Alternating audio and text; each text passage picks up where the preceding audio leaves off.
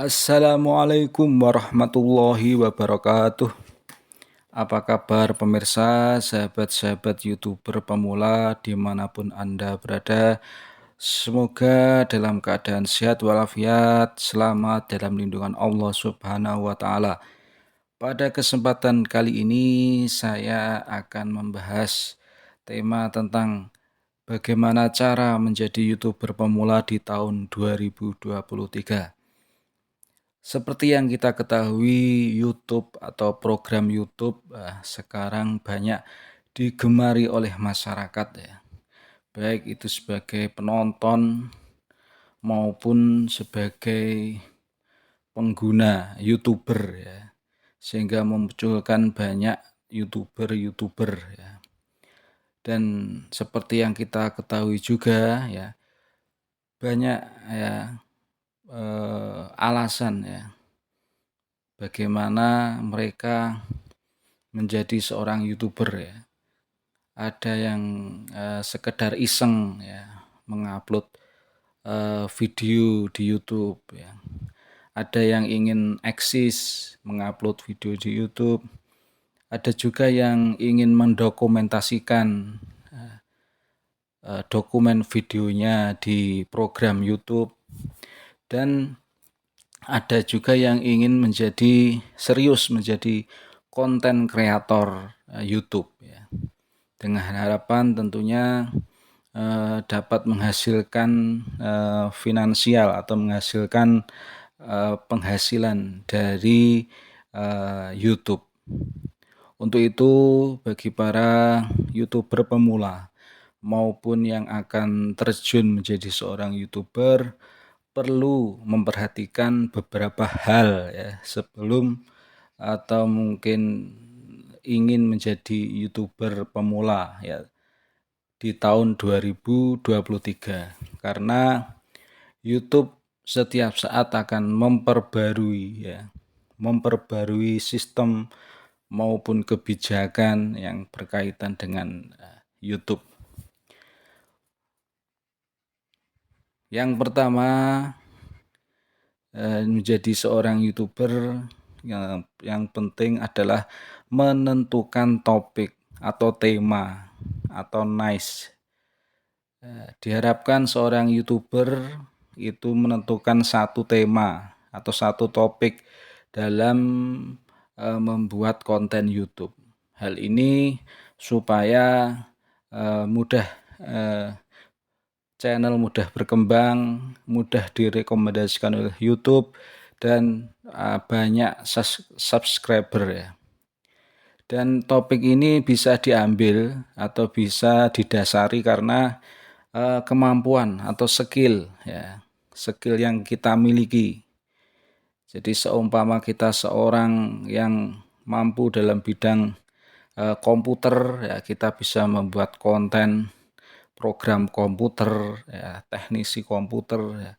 Kita punya kemampuan dalam teknisi HP, kita bisa membuat konten tentang HP ya, tutorial HP. Atau tema atau topik ini bisa didasari aktivitas kita sehari-hari. Ya, jadi aktivitas kita sehari-hari, seumpama kita seorang ibu rumah tangga yang biasa masak ya, mungkin bisa menjadi seorang YouTuber masak ya. Atau kita setiap hari di kebun atau di ladang ya, kita bisa membuat konten yang berisi tentang hal-hal yang berkaitan dengan kebun maupun ladang atau pertanian. Atau kita seorang pengajar atau guru yang kesehariannya mengajar, kita bisa membuat konten-konten tentang mata pelajaran ya, pemecahan soal dan lain sebagainya. Atau topik atau tema didasari hobi ya. Jadi kalau kita hobi mancing, kita bisa membuat tema mancing, hobi jalan-jalan, kita bisa buat vlog ya, konten vlog ya, dan lain sebagainya.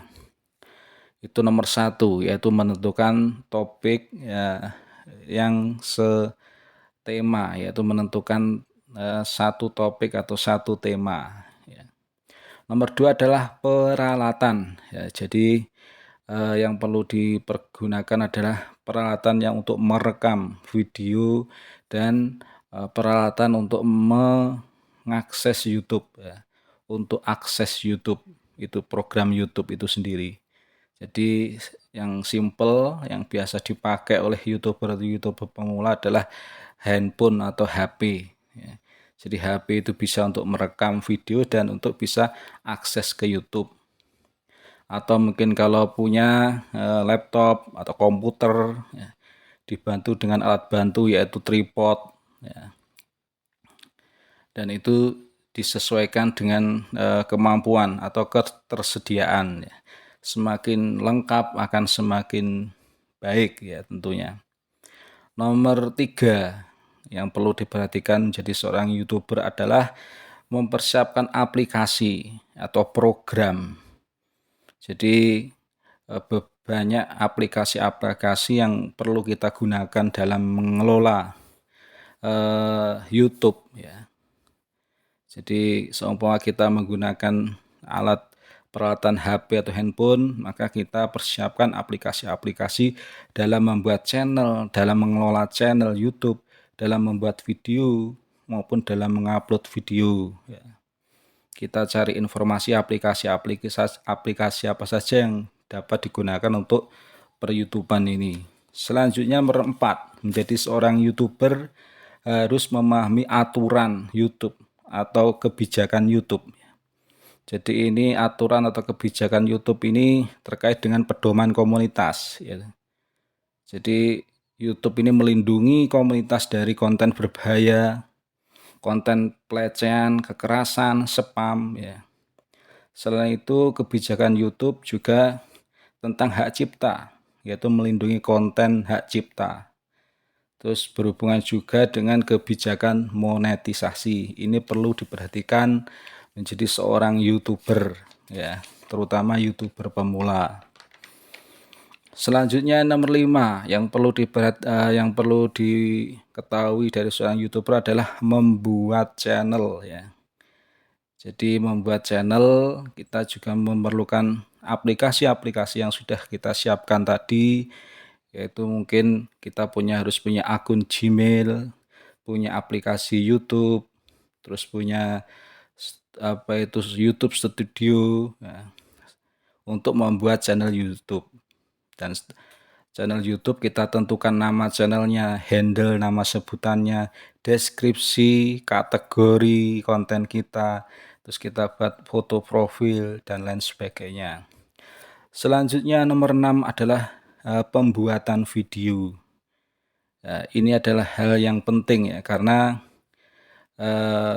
bagus tidaknya yang akan dinilai oleh penonton, apakah penonton betah atau tidaknya lama-lama menonton video kita atau terpuaskan dengan video kita adalah video yang kita buat, ya. Baik itu adalah tampilan video maupun isi video. Maka dari itu ini perlu diperhatikan, ya, dalam merekam video, editing, ya. Selanjutnya isi video ini berkaitan dengan berkaitan dengan pendahuluannya, intronya, isinya, dan penutupnya, ya. Selanjutnya nomor 7 yang perlu diperhatikan oleh seorang YouTuber adalah upload video, ya. Jadi ketika video sudah dibuat, maka dalam mengupload video kita harus bisa memperhatikan judul, deskripsi, tag, ya, thumbnail, nah, dan semuanya itu perlu, ya, dimaksimalkan dengan menggunakan SEO. Jadi dan riset kata kunci. Jadi dalam membuat judul, deskripsi, tag, mengisi kolom-kolom sebelum diupload itu kita harus mempelajari atau mengisinya dengan mengoptimalkan dengan SEO. Dan itu perlu juga dipelajari, ya, supaya video kita bisa terbaca oleh YouTube sehingga mudah dalam penelusuran pencarian video oleh penonton YouTube. Selanjutnya yang harus diketahui dari seorang YouTuber yang nomor 8 adalah memahami data analitik. Ya. Setelah video kita upload, kita bisa memahami dan data analitik menggunakan aplikasi YouTube Studio. Di situ bisa dilihat data analitik video yang kita upload itu. Dan secara keseluruhan kita bisa melihat perkembangan channel kita. Ya, bisa melihat view, retensi penonton, durasi tonton, rekomendasi dari YouTube, dan lain sebagainya. Selanjutnya yang YouTuber yang perlu diperhatikan adalah monetisasi. Jadi monetisasi ini adalah syarat seorang YouTuber memperoleh penghasilan dari YouTube. Dan perlu diperhatikan untuk tahun 2023 jadi syarat monetisasi itu adalah 1000 subscriber. Selanjutnya adalah 4000 jam tayang dalam 12 bulan terakhir. Atau 4000 jam tayang dalam 12 bulan terakhir ini bisa diganti dengan 10 juta view video short dalam 90 hari terakhir atau 3 bulan terakhir. Jadi ada dua opsi ya. Jadi 1000 subscriber, 4000 jam tayang, atau 1000 subscriber, 10 juta view video short dalam 3 bulan terakhir atau 90 hari terakhir. Nah, itu dalam hal jam tayang ya. Selanjutnya syarat ketiga, verifikasi 2 langkah. Ya, dan yang selanjutnya keempat adalah tidak ada teguran pedoman komunitas. Ya. Selanjutnya yang nomor 10 ya, menjadi seorang YouTuber tadi, setelah syarat-syarat monetisasi ini dipenuhi, maka YouTuber bisa mendaftarkan ke Google AdSense. Jadi Google AdSense ini adalah yang berhubungan dengan penghasilan pendapatan iklan ya, sehingga kita bisa pendapatan iklan kita bisa dihitung. Nah, terus kita mendapatkan penghasilan dari iklan-iklan yang ditayangkan di video-video kita, sehingga dari Google AdSense ini nantinya dengan berbagai tahapan verifikasi alamat, verifikasi rekening dan sebagainya, nanti setelah memenuhi syarat maka penghasilan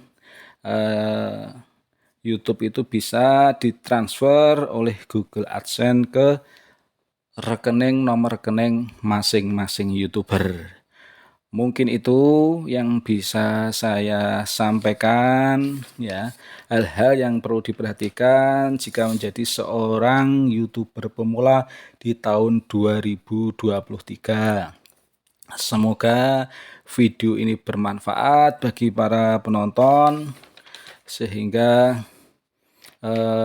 kalau dirasa video ini bermanfaat bisa di like, di komen, dan di share. Demikian, billahi taufik wal hidayah.